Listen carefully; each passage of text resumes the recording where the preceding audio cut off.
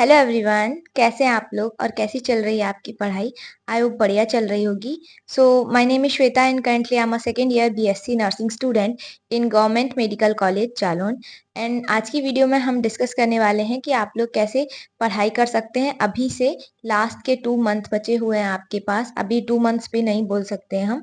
And मैंने अपने time पे कैसे पढ़ाई करी थी, सो उसी बारे में आज की वीडियो में हम बात करेंगे।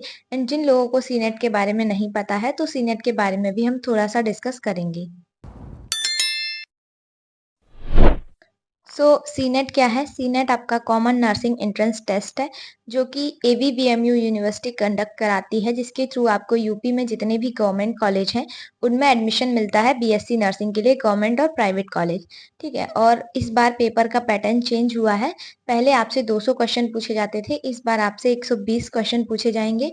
और जो वेटेज है सब्जेक्ट्स का वो उतना ही है। पहले भी आपसे जितने क्वेश्चन सारे सब्जेक्ट्स में पूछे जाते थे उतने ही परसेंटेज इस बार भी पूछे जाएंगे, बस नंबर ऑफ क्वेश्चंस कम कर दिए गए हैं। जैसे पहले आपसे 40 क्वेश्चन एक सब्जेक्ट के पूछे जाते थे, अभी क्या है, अभी 24 क्वेश्चन हर एक सब्जेक्ट के आपसे पूछे जाएंगे। टोटल 120 क्वेश्चन पूछे जाएंगे, जिनमें से 120 क्वेश्चन के लिए आपको 120 नंबर मिलेंगे। पेपर हिंदी और इंग्लिश दोनों मीडियम में आएगा, और जो पेपर है उसमें कोई भी निगेटिव मार्किंग नहीं है। ठीक है, एग्जाम आपका 21 मई को है।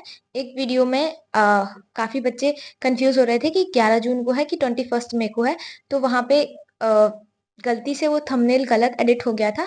वहां पे आपका जो एग्जाम है वो 21 मई को ही है। 11 जून को आपका जीएनएम का एग्जाम है, जो यूपी गेट निकला है अभी, लॉन्च मतलब फॉर्म आया है उसका। और उसमें क्या है कि आपको जीएनएम के लिए, प्राइवेट में अगर जीएनएम करनी है तो उसके लिए आपको वो वाला एग्जाम देना है। ठीक है, वहां पे थोड़ी सी कंफ्यूजन हो गई थी, तो उसको आप क्लियर कर लीजिए कि एग्जाम आपका 21 मई को ही है, यूपी सीनेट का। ठीक, अब हम बात कर रहे हैं कि आपको अभी लास्ट के कुछ महीने बचे हुए हैं तो इनमें कैसे पढ़ाई करनी है।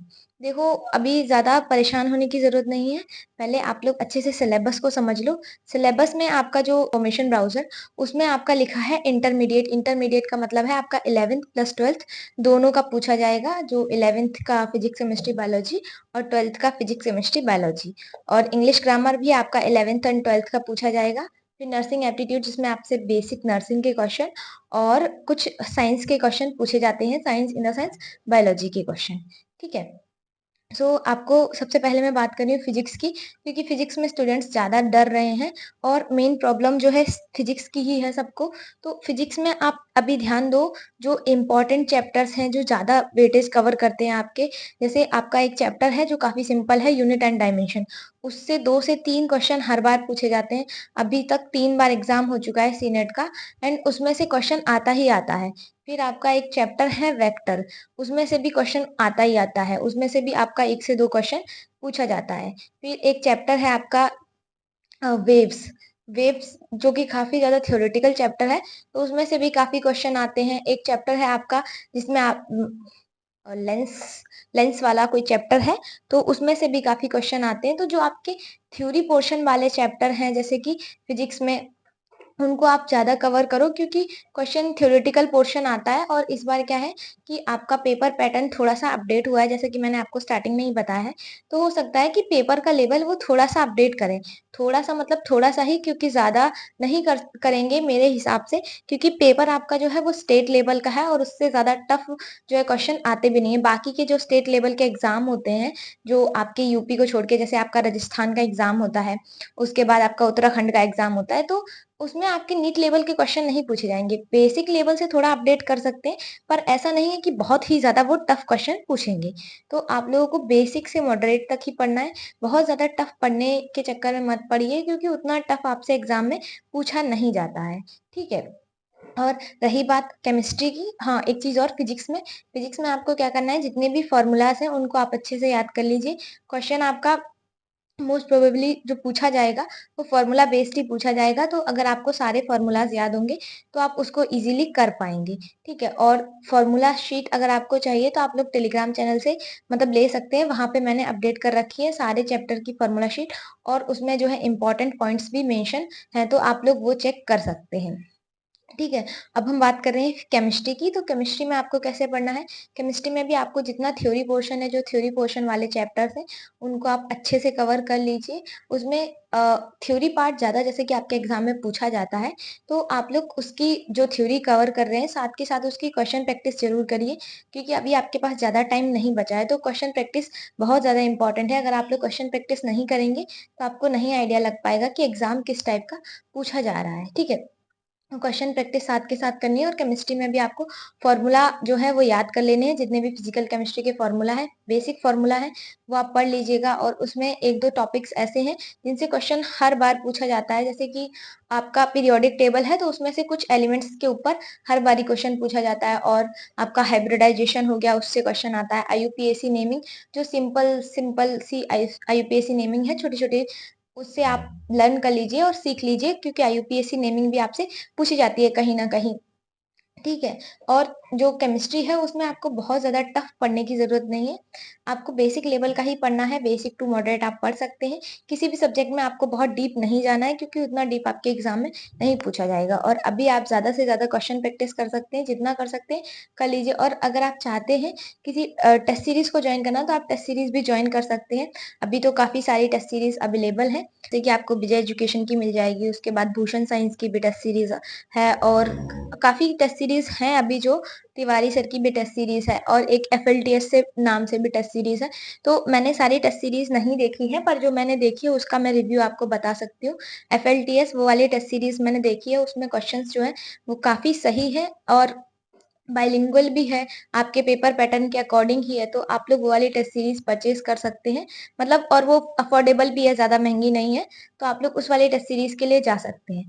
फिर अगर हम बात करें बायोलॉजी की, तो आपका पेपर पैटर्न अभी जो चेंज हुआ है, जैसे कि अभी आपसे 120 क्वेश्चन पूछे जाएंगे, पहले आपसे 200 क्वेश्चन पूछे जा रहे थे। तो बायोलॉजी का ऐसा कुछ नहीं था, बायोलॉजी में आपसे पहले भी ठीक ही क्वेश्चन पूछे जाते थे। बहुत ज्यादा बेसिक क्वेश्चन पहले भी बायोलॉजी के नहीं आते थे, बेसिक क्वेश्चन आपके फिजिक्स केमिस्ट्री के पूछे जाते थे। बायोलॉजी में आपका सिंपल जो एनसीईआरटी है वही पूछा जाता था। तो इस बार भी आपको बायोलॉजी के लिए कुछ अलग से तैयार नहीं करना है, सिंपल आपको एनसीईआरटी ही पढ़नी है। अगर आपके पास एनसीईआरटी नहीं है, तो आप लोग अपने शॉर्ट नोट्स से रिवाइज कर सकते हैं। अगर शॉर्ट नोट्स नहीं है, तो फिर आप लोग वन शॉट लेक्चर देख सकते हैं यूट्यूब पे। बहुत सारे टीचर्स हैं जो अच्छा पढ़ाते हैं, और आपको समझ में भी आएगा। अगर आपके पास नहीं है, तो आप लोग शॉर्ट में अपने नोट्स अभी प्रिपेयर कर लीजिए, अभी भी टाइम है। अगर आप अच्छे से दिन में 4 से 5 घंटे निकालते हैं, और उस 4 से 5 घंटे में बस आप पढ़ाई कर रहे हैं, इधर उधर दिमाग आपका नहीं भटक रहा है, तो आप अच्छे से स्टडी कर सकते हैं। 4 से 5 घंटे भी आपके सफिशियंट रहेंगे, अगर आप पूरी फोकस के साथ पढ़ेंगे, ठीक है। और बायोलॉजी में भी आपको क्वेश्चन प्रैक्टिस डेली करनी है। क्वेश्चन प्रैक्टिस करने से क्या होता है कि आपको कॉन्फिडेंस आता है। अगर क्वेश्चन प्रैक्टिस आप करते रहते हो, तो उससे क्या होता है कि आपको लगता है कि हाँ, आपसे क्वेश्चन हो रहे हैं, आप कर सकते हो, ऐसा आपको थोड़ा अंदर से मोटिवेशन आता है। तो क्वेश्चन प्रैक्टिस डेली आपको करनी है, ठीक है। और अब बात कर रही हूँ मैं नर्सिंग एप्टीट्यूड की। तो नर्सिंग एप्टीट्यूड में आपको अलग से कोई थ्योरी नहीं पढ़नी है। जितना आप क्वेश्चन प्रैक्टिस कर रहे हो, डेली एक वीडियो देखो, वो मैं स्टार्टिंग से ही बोल रही हूँ। नर्सिंग एप्टीट्यूड में कुछ अलग से नहीं करना है। अगर आप डेली एक वीडियो भी देखते हो, एंड वो एक वीडियो डेली आप देखो, और उसी वीडियो में अगर जो क्वेश्चन आपको नहीं आ रहे हैं, जैसे आपने एक वीडियो में 10 क्वेश्चन देखे, जिसमें से आपको 5 से 6 क्वेश्चन नहीं आ रहे थे, तो उनके आप आंसर लिख लो एक वन लाइनर, मतलब वन लाइनर क्वेश्चन के फॉर्मेट में। तो जिससे क्या होगा कि आपको दोबारा से वो वीडियो नहीं देखनी पड़ेगी। आप दोबारा से वही चीज जो आपने लिख रखी है रिवाइज कर लो, आपके वो क्वेश्चन भी बन जाएंगे, और आपको याद भी हो जाएगा। तो नर्सिंग एप्टीट्यूड के लिए मैं आपको नहीं सजेस्ट करूंगी कि आपको अलग से थ्योरी पढ़ने की जरूरत है। आप बस क्वेश्चन प्रैक्टिस करो, उतना सफिशियंट रहेगा आपके नर्सिंग एप्टीट्यूड के लिए। और इंग्लिश ग्रामर में आपको 11th 12th का बेसिक ग्रामर ही पढ़ना है। जो अगर आपको सिलेबस नहीं पता है नर्सिंग एप्टीट्यूड और इंग्लिश का, तो आप लोग प्लेलिस्ट चेक कर सकते हैं, वहां पे मैंने सिलेबस अपडेट किया हुआ है। तो वहां से आप सिलेबस चेक कर सकते हैं। और अगर आपको इम्पोर्टेंट टॉपिक्स नहीं पता है फिजिक्स केमिस्ट्री बायोलॉजी के, तो वो भी आप देख सकते हैं, वो भी मैंने अपलोड करके रखे हैं, ठीक है। तो इंग्लिश ग्रामर में आपको वही आपका बेसिक जो, जैसे कि वोकेबुलरी हो गया, पंचुएशन हो गया, नाउन प्रोनाउन, उसके बाद आर्टिकल्स, उसके बाद आपका स्पेलिंग करेक्शन, होमोफोन्स, तो यही सब चीजें आपको पढ़नी है इंग्लिश में।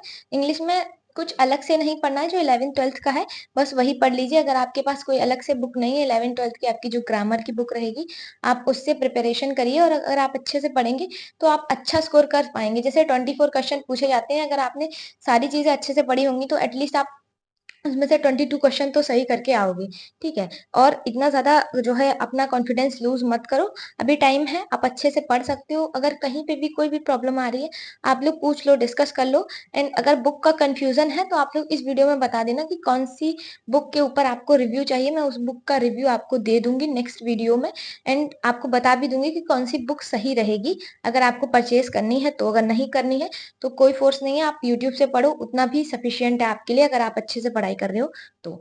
एंड एक चीज़ और कि आप लोग जैसे पढ़ाई कर रहे हो, तो उस टाइम पे अगर आप लोग जितना हो सके फ़ोन को अवॉइड कीजिए। अगर फ़ोन से ही पढ़ रहे हैं, तो उसमें एक ऑप्शन होता है डीएनडी का, उसको इनेबल कर लो, उसके बाद आपके पास नोटिफ़िकेशन नहीं आएँगे। तो अगर आप उस टाइम पे पढ़ाई कर रहे हो, तो बस पढ़ाई करो, टॉपिक कवर कर रहे हो, तो उस टाइम पे आप इधर-उधर मत भटको। दूसरी चीज़, बहुत ज़्यादा स्ट्रैटेजी वीडियो मत देखो। अभी जैसे-जैसे टाइम कम होगा, वैसे-वैसे आपको पता नहीं कितने स्ट्रैटेजी वीडियो मिल जाएँगे। अगर आप उसी के चक्कर में पढ़ोगे, तो आप पढ़ाई नहीं कर पाओगे। आपको लगेगा 3 दिन में कैसे कवर करें, 2 दिन में कैसे कवर करें। बस यही सब वीडियो देखते-देखते एक दिन एग्ज़ाम वाला भी दिन आ जाएगा। तो पढ़ाई करो जितना हो सकता है, सेल्फ स्टडी पे फ़ोकस करो, बाकी इधर-उधर ज़्यादा भटकने की ज़रूरत नहीं है। अपना खुद से पढ़ो, कोई भी अगर तुम्हें नहीं समझ में आ रही हैं चीज़ें, तो अपने कलीग से डिस्कस कर लो, जो भी फ्रेंड्स वगैरह हैं, उनसे डिस्कस कर लो और अगर लग रहा है कि वो चीज़ें उनसे भी नहीं हो पा रही हैं, तो आप यूट्यूब पे जिस भी टीचर को फ़ॉलो करते हो, आप उससे पूछ सकते हो, ठीक है? तो ज़्यादा इधर-उधर भटकने की ज़रूरत नहीं है, अपनी पढ़ाई पे फ़ोकस करो। 4 से 5 घंटे दिन में सेल्फ स्टडी करो, उतना काफ़ी है, नॉलेज मिलेगा, क्यों नहीं मिलेगा। आप लोग अच्छे से फ़ोकस करके पढ़ाई करो एंड उसके अलावा कोई भी दिक्कत है, तो आप लोग पूछ सकते हो, ठीक है? सो आज की वीडियो के लिए इतना ही है, अगर आपको कोई भी चीज़ नहीं समझ में आ रही है, कहीं पे भी प्रॉब्लम है, तो आप लोग पूछ सकते हो। सो आज की वीडियो के लिए इतना ही है, पढ़ाई करते रहो अच्छे से, कॉलेज आपको ज़रूर मिलेगा एंड मिलते हैं नेक्स्ट वीडियो में, बाय-बाय।